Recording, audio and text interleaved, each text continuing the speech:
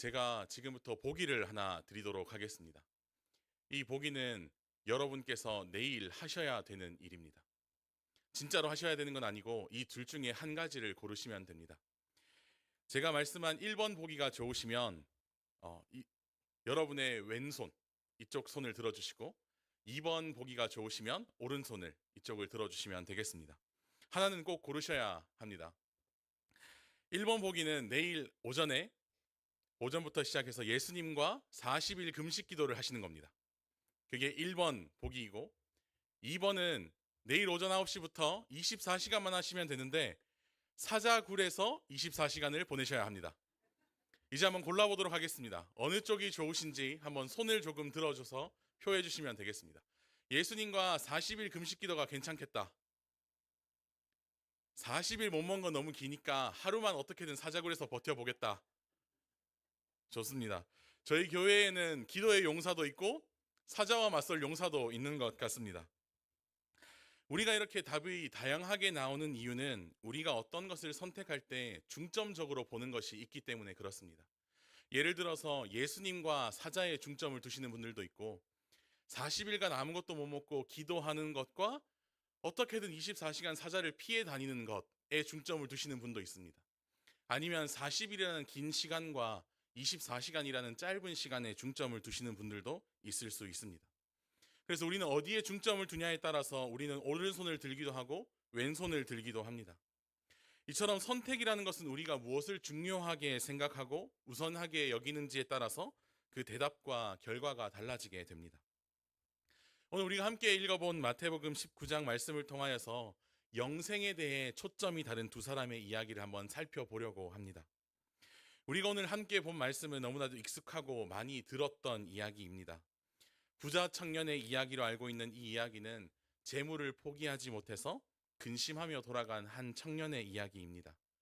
선택의 기로에서 그는 예수님을 따르는 것 대신에 많은 재물을 선택하고 돌아가게 됩니다. 오늘 이 말씀을 통하여서 우리가 어떤 선택을 해야 하고 그 선택을 했다면 우리가 어떻게 살아가야 하는지를 함께 나눠보려고 합니다. 오늘 우리는 마태복음의 말씀을 읽었지만 이 동일한 이야기는 마가복음과 누가복음에도 기록되어 있습니다. 오늘은 어떤 사람이라고 기록되어 있는 것이 마가복음에는 한 사람이로 기록되어 있고 누가복음에는 어떤 관리가로 기록되어 있습니다. 오늘 예수님께 다가온 이 청년은 재물이 많은 건 확실해 보입니다. 그리고 관리라고 불리는 것을 보아서 사회적 지위도 있는 것 같습니다. 재물도 많고 사회적으로 성공한 이 청년이 오늘 예수님께 다가와 영생을 얻는 방법을 구하면서 이렇게 질문합니다. 마태복음 19장 16절 말씀에 이렇게 기록하고 있습니다. 선생님이여, 내가 무슨 선한 일을 하여야 영생을 얻으리이까? 예수님이 어떤 분이신지 잘 모르는 것처럼, 확신을 가지지 못하는 것처럼 선생님이라는 호칭으로 예수님을 부른 다음 영생을 얻기 위해 그가 어떤 것을 해야 하는지를 묻고 있습니다. 마치 우리가 어떤 일을 잘 마쳤을 때 보상이 주어지는 것처럼 이 청년은 영생을 얻는 이 문제가 어떤 공을 세우거나 어떠한 미션에 성공했을 때 영생이 주어지는 것처럼 우리 힘으로 구원을 얻을 수 있을 것처럼 어떤 선한 일을 해야 하는지를 예수님께 질문합니다. 예수님께서는 17절을 통하여서 이렇게 말씀해 주십니다. 예수께서 이르시되 어찌하여 선한 일을 내게 묻느냐? 선한 이는 오직 한 분뿐이시니라 라는 대답을 해 주십니다. 이를 통하여서 우리가 우리의 선함과 우리의 어떤 행동에 초점을 맞추는 것이 영생을 얻는 길이 아니라 하나님 한 분, 하나님의 선하심에 영생이 달려있다는 사실을 말씀하시면서 선한 일, 우리가 어떤 일을 해야 하는지에 초점을 두는 것이 아니라 하나님을 바라보아야 한다는 것을 말씀합니다. 이것은 무엇을 의미합니까? 오늘 이 청년이 그렇게 구하고 싶은 이 영생, 이 구원은 한 사람의 개인의 행동이나 공로로 주어지는 것이 아니라 오직 하나님의 은혜로 주어진다라는 사실을 기억해야 하는 것입니다. 그리고 덧붙여서 예수님께서는 계명들을 지키라고 말씀하십니다. 그런데 이 청년의 대답이 조금 특이합니다. 어떤 계명을 지켜야 하는지를 묻고 있습니다. 마치 마태복음 22장에 나오는 어느 계명이 큰지를 묻는 율법사와 같이 특정하게 어떤 율법을 지켜야 하는지를 질문을 던지고 있습니다. 거기에 예수님께서는 10계명 가운데 후반부에 있는 계명들을 말씀하시고 거기에 덧붙여 내 이웃을 내 몸과 같이 사랑하라는 것까지 말씀해 주십니다. 그러자 그 청년은 너무나 당당하게도 그것들을 다 지켰다라고 이야기합니다. 주님이 말씀하신 계명들을 잘 지키며 살아왔습니다. 부자로서 또 사회적 지위를 가진 사람으로서 말씀도 열심히 지키며 살아온 것 같습니다. 그런데 오늘 이 청년의 마음 한구석이 여전히 불편한 모양입니다. 아, 그렇습니까? 그 계명만 잘 지키면 되는 겁니까? 저는 이걸 잘 지켰으니까 저는 영생을 얻었군요 라고 돌아가는 것이 아니라 여전히 부족하다고 여기는 것이 남아있는 것처럼 이렇게 이야기합니다. 20절 말씀 가운데 이 청년은 이렇게 되묻습니다. 아직도 무엇이 부족하니까? 그 부족함을 채우기 위하여 지금까지 지켜온 계명들 말고 다른 무언가 해야 할 것이 있는지 예수님께 구하고 있습니다. 마음속에 가지고 있는 그 불확실함, 완성되지 않은 그것을 향하여 예수님께서 채울 방법을 말씀해 주십니다. 예수님께서도 그것으로 충분하지 않음을 말씀하시면서 이렇게 덧붙이십니다. 내가 온전하고자 할진대 가서 내 소유를 팔아 가난한 자들에게 나누어 주라고 말씀하십니다. 그리고 나를 따르라라고 말씀해 주십니다. 예수님의 참된 제자가 되기 위하여 자신의 모든 재물을 포기할 것을 요구하셨습니다. 예수님의 부르심이 있었습니다. 나를 따라오라라는 명확한 메시지를 들었음에도 불구하고 그는 주저합니다. 선택의 기로에서 그는 자신에게 중요한 것이 무엇인지를 다시 한번 돌아보게 됩니다. 영생을 얻고 싶어 이 자리에 왔지만 무엇을 해야 하는지 확인하고자 예수님을 만났지만 그리고 이제 자신이 있는 재물과 예수님을 따르는 그 선택 가운데 그는 주저하게 되는 겁니다. 그리고 그는 우리가 너무나 잘 아는 것처럼 근심하며 돌아가게 됩니다. 예수님은 두 가지를 말씀하셨습니다. 소유를 팔아 남들에게 나누어 주는 것과 나를 따르는 것. 예수님을 따라 사는 것, 예수님을 따라가는 것이 너무나 더 중요한 것이었습니다. 그러나 그는 그 소유를 팔아에 더 관심을 가졌고 그는 거기에서부터 문제가 생기게 되는 것입니다. 처음에 예수님을 찾아왔을 때 영생에 관심 있는 것처럼 보였습니다. 그래서 질문도 하고 자신이 어떻게 살아왔는지를 이야기합니다. 그런데 내 소유를 팔아라는 그 명령에 너의 것들을 포기해야 한다라는 그 말에 주저하게 되는 것입니다. 재물과 예수님 사이에서 그는 재물을 선택한 사람이 된 것입니다. 여기에서 아이러니가 하나 등장합니다. 뭔가 앞뒤가 맞지 않는 것 같습니다. 그는 계명을 잘 지켰다라고 이야기했습니다. 마가복음과 누가복음에는 심지어 덧붙여서 이 계명들을 어려서부터 지켰다라고 이야기합니다. 계명들을 잘 지킨 것뿐만 아니라 어려서부터 오랜 시간 지켜왔다라고 이야기합니다. 그런데 그가 재물 앞에서 머뭇거리고 예수님을 따르기보다 재물을 선택한 그 순간 그에게 재물은 우상이 되어 버렸고 하나님보다 더 사랑하는 것이 생겨 버렸습니다. 그리고 이제 첫 번째 계명인 나 외에 다른 신을 내게 두지 말라라는 첫 계명부터 지킬 수 없게 된 것입니다. 하나님보다 사랑하는 것은 단지 이 부자 청년에게만 있는 것이 아닙니다. 우리에게도 있습니다. 그리고 꼭 그것이 재물이 아니더라도 우리에게는 하나님보다 더 소중하고 놓지 못하는 것들이 얼마나 많은지 모르겠습니다. 우리의 삶을 보면 소중하게 콕 쥐고 있는 것들이 너무나 많습니다. 오늘 하루를 풍요롭고 맛있는 거 먹으며 살아가기 위하여 돈이라는 것이 필요합니다. 그리고 안정적이기 위하여 직장이라는 것도 필요합니다. 좋은 대학도 필요합니다. 그렇게 내가 하루를 살아가면서 나에게 필요한 것들을 양손 가득 움켜쥔 모습을 봅니다. 그리고 그 양손 가득한 손을 바라보며 이렇게 생각합니다. 이렇게 살지 않아야 하는데 이 가득 쥔 손을 바라보며 여기에 예수 그리스도가 필요하다라고 우리는 생각합니다. 그런데 그 가득 쥔 손을 비우지 않는 이상 그것들을 내려놓지 않는 이상 예수 그리스도를 더 이상 쥘 수 없는 우리를 발견하게 됩니다. 우리가 지금 손에 꽉 쥐고 놓지 않고 싶어하는 것과 예수님을 저울에 달아본다면 우리는 어느 것을 더 중요하게 생각해야 되는지 이미 알고 있습니다. 사랑하는 성도 여러분, 그 무엇도 예수 그리스도보다 소중한 것이 없다고 고백한다면 우리가 찬양하며 이 세상 부귀와 명예와 행복과 바꿀 수 없다라고 고백한다면 우리는 그 양손에 가득 쥔 것들을 내려놓을 수 있어야 합니다. 오늘 그렇게 결단하는 저와 여러분이 되시기를 소망합니다. 그렇게 모든 것들을 버린 사람도 있었습니다. 예수님의 제자가 되겠다고 예수님을 따라갔던 제자들도 있었습니다. 근심하며 돌아간 부자 청년과 너무나 다른 모습에 오늘 성경 말씀에 기록되어 있습니다. 마태복음 4장 18절에서 22절 가운데 이렇게 기록하고 있습니다. 갈릴리 해변에 다니시다가 두 형제 곧 베드로라는 시몬과 그의 형제 안드레가 바다에 금을 던지는 것을 보시니 그들은 어부라. 말씀하시되 나를 따라오라. 내가 너희를 사람을 낚는 어부가 되게 하리라 하시니 그들이 곧 그물을 버려두고 예수를 따르니라. 거기서 더 가시다가 다른 두 형제 곧 세베대 아들 야고보와 그의 형제 요한이 그의 아버지 세베대와 함께 배에서 그물 깁는 것을 보시고 부르시니 그들이 곧 배와 아버지를 버려두고 예수를 따르니라. 아멘. 그들이 곧 그물과 배와 아버지를 버려두고 예수님을 따랐습니다. 그들은 선택의 기로에서 주저하지 않았습니다. 근심하지 않았습니다. 예수님을 선택했고 예수님의 제자가 되었습니다. 이 부자 청년의 이야기는 재물이 천국에 들어가는데 큰 장애물이 된다라는 이야기를 교훈하고 있습니다. 그러나 그게 끝이 아니라 우리가 가난하게 살아야 한다는 이야기가 아닙니다. 우리가 오늘 읽은 이 말씀의 제목이 예수님의 제자 청년이 아니라 부자 청년이 되어버린 이유는 그 재물이, 그가 세상에서 가지고 있는 지위와 재물이 그가 어떤 사람인지 그 정체성을 결정했기 때문에 그렇습니다. 내가 어떤 사람으로 어떻게 살아갈지를 정하는 기준이 그 청년에게는 재물이었습니다.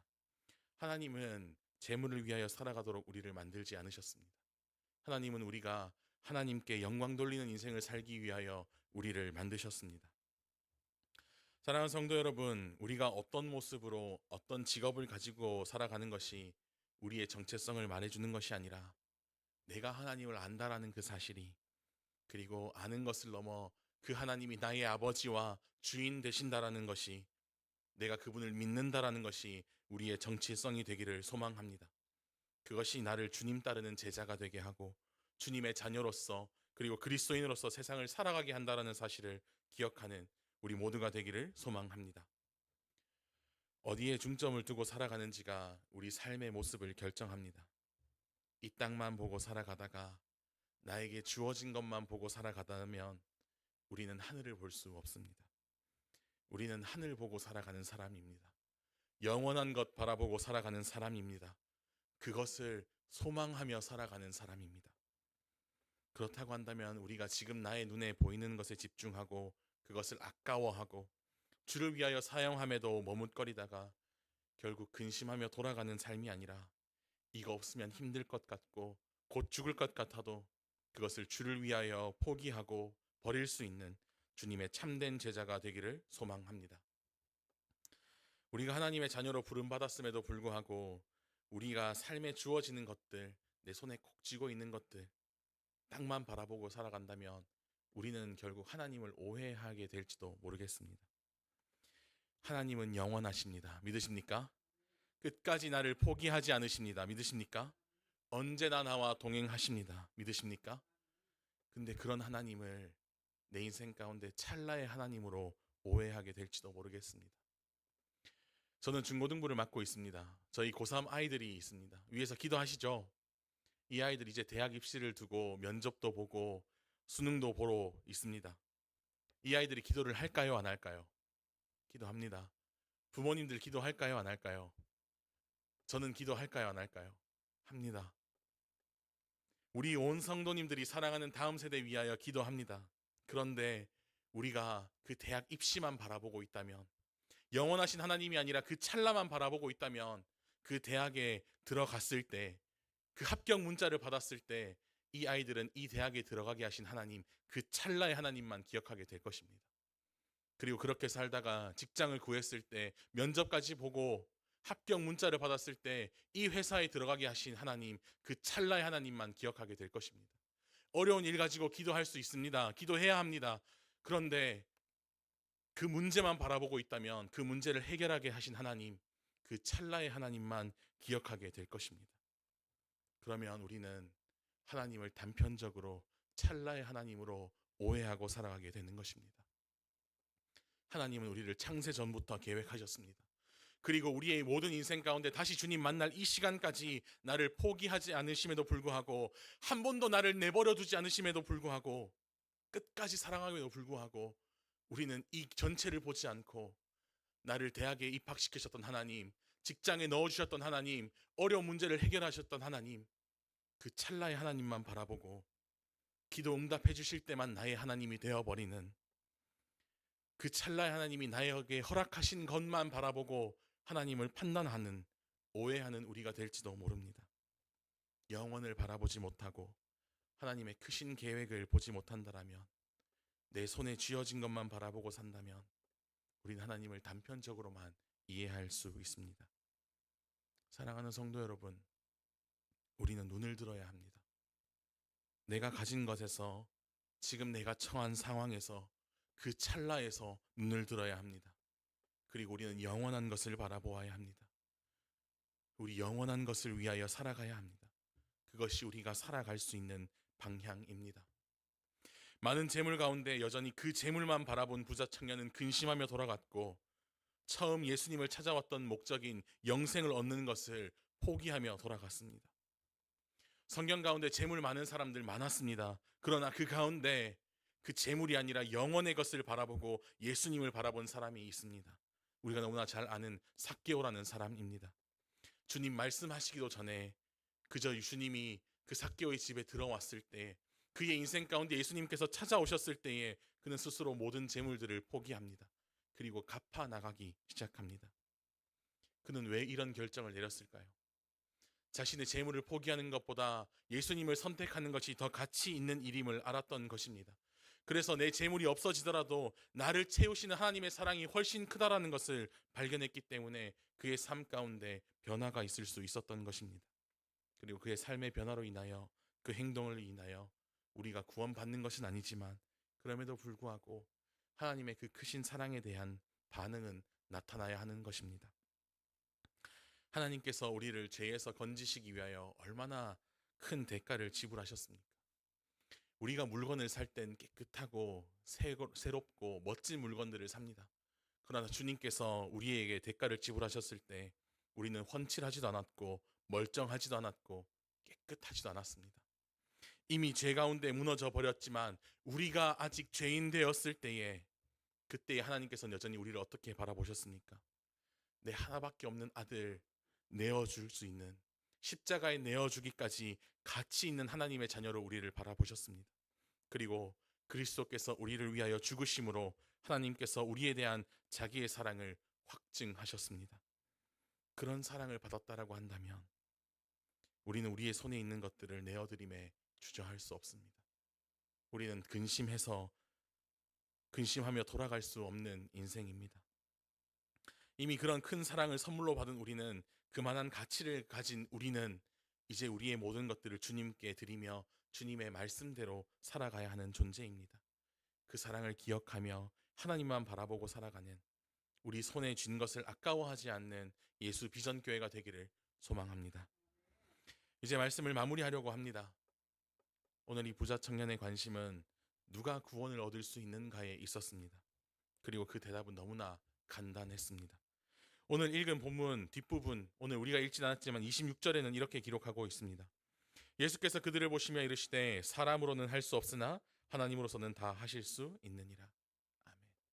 부자는 안 되고 가난해야 되고 관리는 안 되고 평범해야 되는 인간의 외부적인 그런 조건이 아니라 이 말씀을 통하여 사람은 할 수 없다라는 것을 선을 그으셨습니다. 우리가 할 수 없다라는 건 명확하게 보여주고 계십니다. 그러나 우리가 아무것도 할 수 없다는 이 상황이 절망으로 끝나지 않는 이유는 하나님께서 또 다른 계획을 가지고 계시기 때문입니다. 에베소서 2장 8절에서 9절 말씀은 이렇게 기록합니다. 너희는 그 은혜에 의하여 믿음으로 말미암아 구원을 받았으니 이것은 너희에게 난 것이 아니요 하나님의 선물이라. 행위에서 난 것이 아니니 이는 누구든지 자랑하지 못하게 함이라. 아멘. 구원은 하나님께서 우리에게 거저 주시기 때문에 공로로 구원받는 것이 아니라고, 하나님께 나아오고 주님을 믿고 사랑하는 사람에게 선물로 주시는 것임을 말씀하고 있습니다.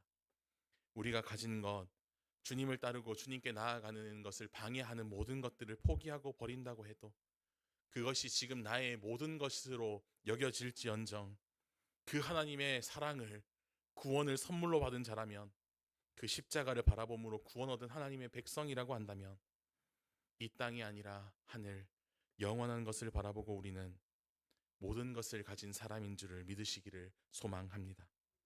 그 무엇과도 비교할 수 없는 하나님의 은혜를 입은 우리는 더 이상 세상의 것으로 근심하며 세상에게서 나에게 주어지는 일에 낙심하며 근심하며 주님과 반대 방향으로 돌아갈 것이 아니라 언제나 주님께서 나를 따라오라는 그 말씀, 내가 너를 그 무엇보다 사랑한다라는 그 말씀에 귀 기울이며 매일 주님과 동행하며 말씀을 살아내는 예수 비전교회가 되기를 소망합니다. 함께 찬